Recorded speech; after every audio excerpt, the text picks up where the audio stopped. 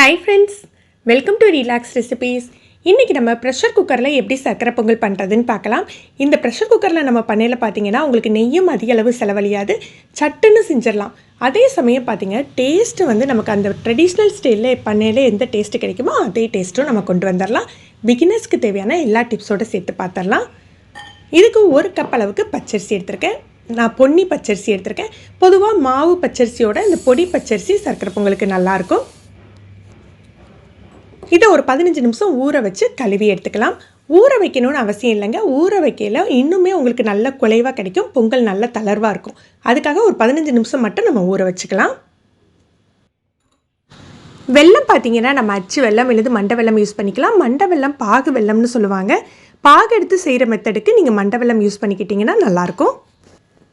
பொங்கலுக்கு பார்த்தீங்கன்னா நம்ம என்ன வெல்லம் யூஸ் பண்ணுறோமோ அதை பொறுத்து தான் அந்த பொங்கலோட கலர் இருக்கும். நீங்கள் இந்த மாதிரி சின்ன சின்ன அச்சாவும் எடுத்துக்கலாம், இல்லை நீங்கள் மண்டை வெல்லமாகவும் எடுத்துக்கலாம்.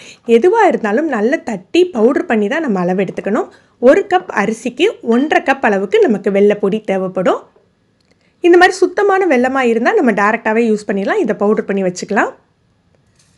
அரிசியை கழுவிட்டு ஒரு ப்ரெஷர் பேனில் சேர்த்துக்கலாம். நான் இன்றைக்கி 1 கப் அரிசி எடுத்திருந்தேன்னு சொன்னேன் இல்லையா, 1 கப் எந்த கப்புக்கு அளவு எடுத்திருந்தோமோ அதே கப்புக்கு 3.25 கப் அளவுக்கு தண்ணி சேர்த்துக்க போகிறோம். இந்த மெத்தடுக்கு பருப்பு பால் எதுவுமே தேவையில்லைங்க.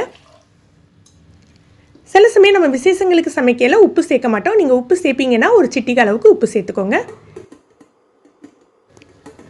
இது விசில் போட்டு ஒரு 15 நிமிஷம் குறைஞ்ச தீயில நல்ல கொலைய வேக வச்சுக்கணும். விசில் வைப்பீங்க அப்படின்னா ஒரு 3 விசில் வச்சுக்கோங்க.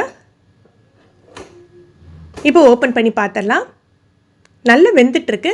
இந்த மாதிரி ப்ரெஷர் குக்கர் வச்சு செய்யலை பார்த்தீங்கன்னா நம்ம அந்த ஸ்டீம் ஓப்பன் பண்ணி ரிலீஸ் பண்ணுவோம் இல்லையா, ஸ்டீம் ரிலீஸ் ஆகும் இல்லையா, அந்த சூட்டிலேயே நம்ம உடனே செய்ய ஆரம்பிச்சிடணும். இன்னும் நான் அடுப்பை ஆன் பண்ணலை. இதை நல்லா மசிச்சு விட்டுக்கலாம். பொங்கலுக்கு பார்த்தீங்கன்னா நம்ம முதல்ல மசிச்சு விட்ட பிறகு தான் நம்ம வெல்லம் சேர்த்துக்கணும். நீங்கள் வெல்லம் சேர்த்துட்டிங்கன்னா அந்த சாதம் வந்து முழிச்சுக்கும் அப்படின்னு சொல்லுவாங்க. அதுக்கப்புறம் அதை மசிக்க முடியாது. இப்போ நம்ம தட்டி வச்சுருக்க வெள்ளை பொடியை சேர்த்துடலாம். நல்ல இந்த மாதிரி சுத்தமான அச்சு அந்த மாதிரி வெல்லம் கிடச்சிதுன்னா நீங்கள் டைரெக்டாக பவுடர் பண்ணி சேர்த்துக்கலாம். இல்லை உங்களுக்கு கொஞ்சம் கல் மண் இருக்கிற மாதிரி தோணுச்சுன்னா நல்ல சூடான வெந்நீரில் கரைச்சிட்டு அதை ஃபில்டர் பண்ணி இதில் சேர்த்துக்கோங்க.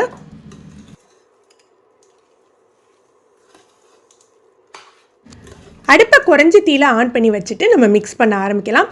அந்த சாதத்தில் இருக்க சூட்டுலேயும் இந்த குறைஞ்ச தீலையுமே வெல்லம் நல்லா இலகி கொடுத்துரும்.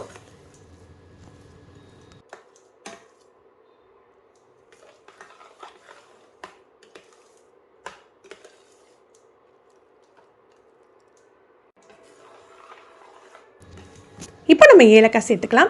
ஏலக்காய் நீங்கள் தூளாகவும் சேர்த்துக்கலாம், இல்லை தட்டியும் சேர்த்துக்கலாம். நான் ஒரு 4 ஏலக்காய் தட்டியும் ஒரு 1/4 டீஸ்பூன் ஏலக்காய் பொடியும் சேர்த்துக்க போகிறேன்.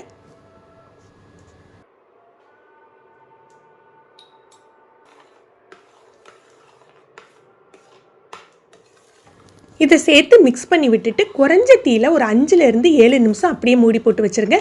நம்ம வெல்லம் கரைஞ்சால் மட்டும் போதாது, அந்த மாதிரி குறைஞ்ச தீயில் இருக்கையில் தான் நல்ல வாசம் வரும். இப்போ நம்ம நெய் சேர்த்துக்கலாம். நான் ஒரு 4 டேபிள் ஸ்பூன் அளவுக்கு நெய் சேர்த்துக்கிறேன். நான் கொஞ்சம் நெய் அளவு கம்மியாக தான் சேர்த்துக்கிறேன்.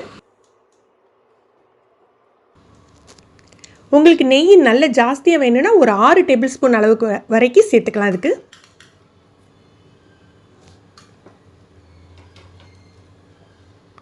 நெய்யை சேர்த்து நல்லா மிக்ஸ் பண்ணி விட்டுருவோம். நல்ல நெய்யோடு சேர்ந்து அது நல்ல ஒரு வாசம் வரும். இப்போ நமக்கு தேவையான அளவுக்கு முந்திரி பருப்பு நெய்யில் வறுத்து கொட்டிடலாம். அந்த நெய்யோடு சேர்த்தே ஊற்றிக்கோங்க. இந்த அளவுக்கு தளர்வாக இருந்தால் தான் நமக்கு கொஞ்சம் நேரம் ஆக சர்க்கரை பொங்கல் கட்டியாகும்.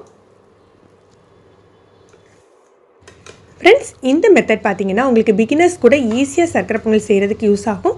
நீங்களும் ட்ரை பண்ணி பாருங்கள். எப்படி இருந்ததுன்னு கமெண்ட் பண்ணுங்கள். இந்த வீடியோ உங்களுக்கு பிடிச்சிருந்ததுன்னா லைக் பண்ணி ஷேர் பண்ணுங்கள்.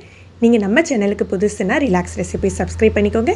கீழே இருக்க பெல் பட்டனில் நீங்கள் ஆளுங்கிற ஆப்ஷன் செலக்ட் பண்ணி வச்சுக்கிட்டிங்கன்னா நம்ம சேனலில் வீடியோக்கள் போட்ட உடனே உங்களுக்கு நோட்டிஃபிகேஷன் கிடைக்கும். தேங்க்யூ.